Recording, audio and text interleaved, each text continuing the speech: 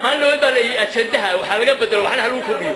مدن صوت شيء دي حراسات وحلقة بدل مدن قرا أشد وحلقة هذا سكندي بوهلا وحدو سكندي هذا هو شرعي وحلقة الصوت والصوت عيب كانوا الله بصبين وهم باليلو والله صوت على حراسات وحلقة بدل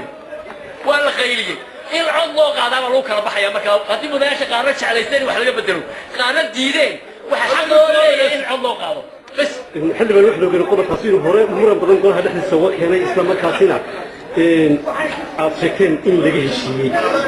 محمد كان كذب وصفقة ما خلاف كلا لقيه شيء حراسات بقولوا وكان حياة قول الله قول تلا قول صوري كيا dhanka kale xildhibaan cabdisalaan maxamed siciid iyo xildhibaan dugad oo ka soo horjeeda wax ka beddelka xeroosaadka ayaanu ayadana wax ka weydiinay aragtidooda ku saabsan ajendaha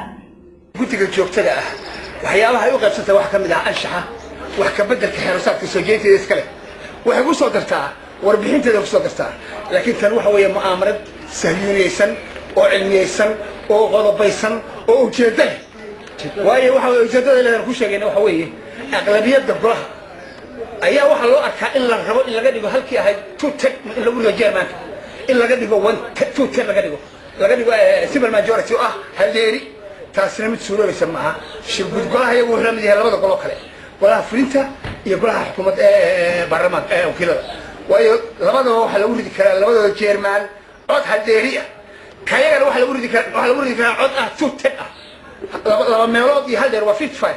كايو من لغوريا marka mid si balwaajir si noqda oo ujeedada leh waxa weeye imika ujeedada la walaaqaya oo hawsha loo wada waxa weeye oo xeerasaadka doonaya wax laga bedelaa gudoomiyaha guddiga joogtada markuu soo gudbiyo warbixinta oo aan dhageysano haddii ku jirtay haddii kale tabarka soo qaadan karaa laakiin guddigii joogtada waxay noo soo gudbisay ama aan ku hayna ma jirto iyada aan xaq u leh xeerasaadka wax bedelkiisa aan ogeyn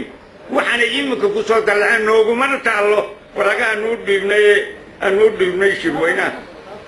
waa arrin khalada oo cid gooni soo samaysatay oo ay go'aan ku xumeynayaan horaanay ugu jirtay mana aanan ogeyn raallina kama nihin mana suuroobayso soo ma gelayso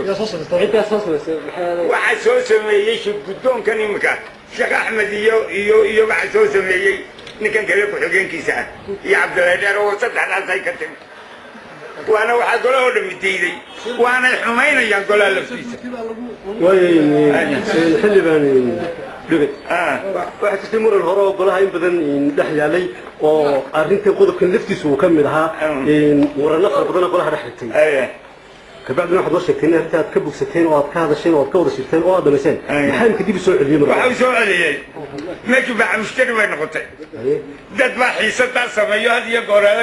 kaga qaata xafiisyada lacag حقنا لقينا اللي وحسانو ما تقبلنا كسانو سبني بديت العقد اللي فريا وتبع عم ترجع يبلغ النقطة يا فريا العقد العقد واحد فريا يقول هذا يمكن بوق سوق لسي أيات مفتاح تكان هالك العقد رقم مقلك كربن نبى أيات مفتاح يسا مقلك كويا لا حل مقلك كويا لما تحتوي لنا كبيرة